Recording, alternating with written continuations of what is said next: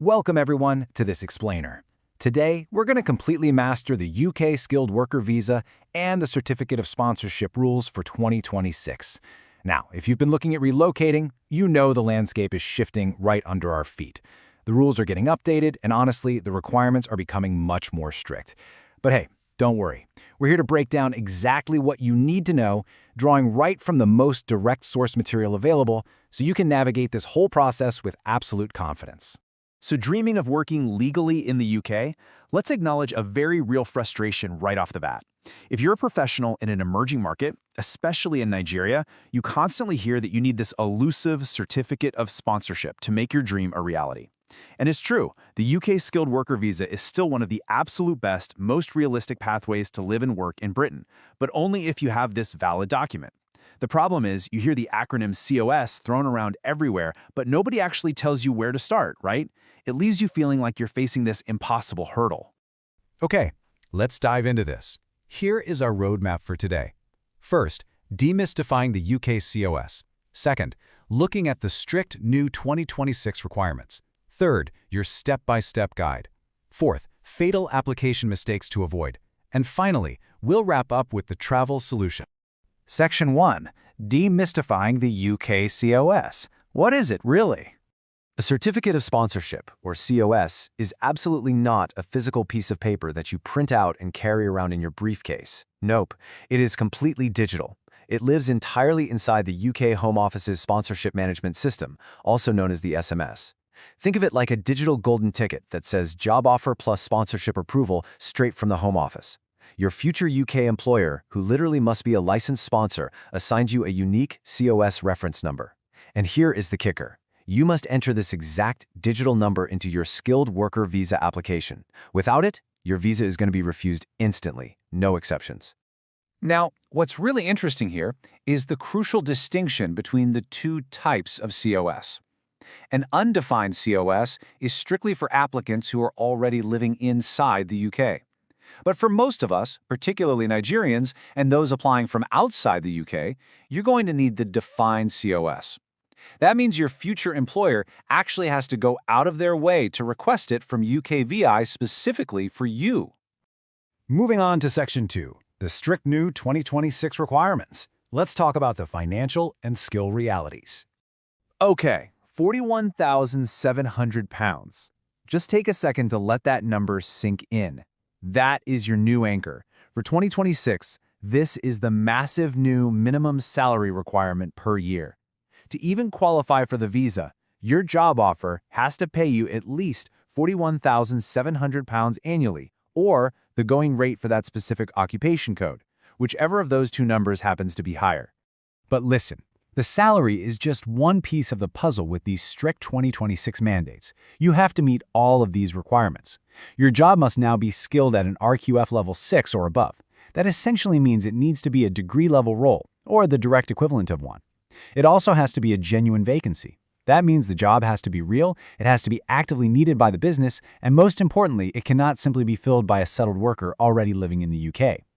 Now, if you're sitting there and you're under 26 years old, or maybe you're a recent graduate, I want to reassure you, there is a new entrances exception where that minimum salary can actually drop down to £33,400 in certain cases.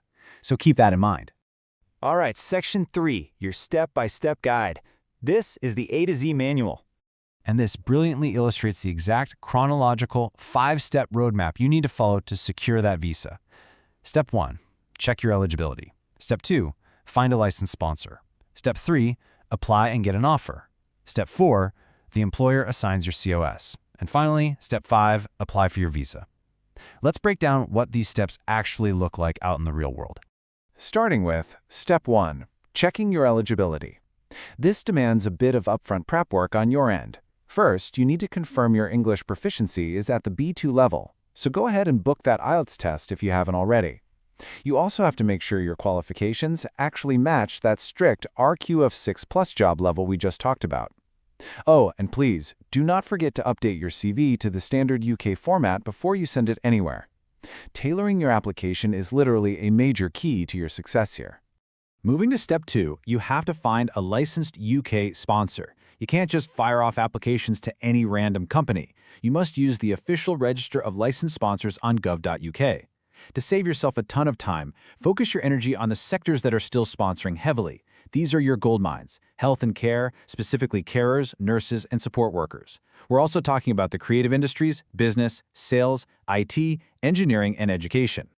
Now let's fast forward a bit to steps 4 and 5. There is one absolutely critical number you must remember, and that number is 3. Once you apply, get the offer, and the employer officially decides to hire you, they'll log into their system and request that defined COS. Amazingly, UKVI usually approves this within just 1 working day. But once you receive that COS reference number by email, the clock starts ticking. From the exact date that COS is assigned, you have exactly 3 months to apply for your skilled worker visa. You'll use your new reference number, a valid passport, a TB test certificate from Nigeria, and your proof of funds if they require it. Whatever you do, do not let that 3-month window close on you. Section 4. Fatal Application Mistakes. How to avoid instant refusals. Okay, here are the rapid-fire refusal triggers you've got to avoid like the plague. Using the wrong SOC occupation code, accepting a salary below £41,700 or below the going rate for your specific job, your employer improperly requesting a defined COS, submitting your visa application before the COS is officially assigned to you, and of course, fake or non-genuine job offers. So, the crucial takeaway here is that avoiding these common blunders is quite literally the difference between jumping for joy over a visa approval and facing a devastating refusal that knocks you right back to square one. Finally, Section 5, the travel solution. Think of this as your expert mentor. Navigating all this bureaucracy entirely on your own can be super risky.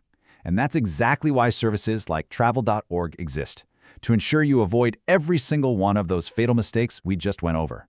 They offer a bunch of really targeted programs. They've got a UK local COS for 2 to 3 years if you're already in the UK, which is by far the fastest route. They have a special 1-year international creative COS for short-term sponsorship of creative professionals. And they provide a full skilled worker visa pathway. That's end-to-end support, covering everything from job matching and document preparation to COS application support, visa filing assistance, and even a pre-departure briefing and a UK settlement guide. Best of all, they have verified sponsor partnerships that are actively issuing a COS in 2026. In fact, a lot of sponsors these days actually prefer pre-vetted candidates from services like this because they know the applicants already meet the exact requirements.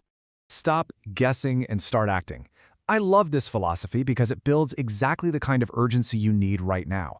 Literally, thousands of Nigerians have already relocated through these programs. We're talking about real people getting real COS for real UK jobs. If you are serious about getting your UK COS, you've got to inspire some confidence in yourself. Stop relying on guesswork and take that next definitive step. If you want a genuine expert to review your specific case, you can book a free consultation today.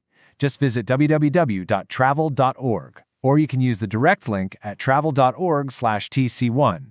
You can even reach out directly via WhatsApp at +234 705 404 7448 or visit travel.org/WA. But keep in mind there are strictly limited slots available every single month, and this is geared towards serious applicants who are truly ready to make a move. So, I'll leave you with this. What is the biggest hurdle standing between you and your UK COS right now? The strict 2026 rules have essentially weeded out the casual dreamers, leaving the door wide open only for those willing to master the system. Are you ready to stop guessing and start acting? Drop your biggest question below. Thanks for joining me on this explainer. Remember to travel smarter, work smarter, and live better. I'll see you next time.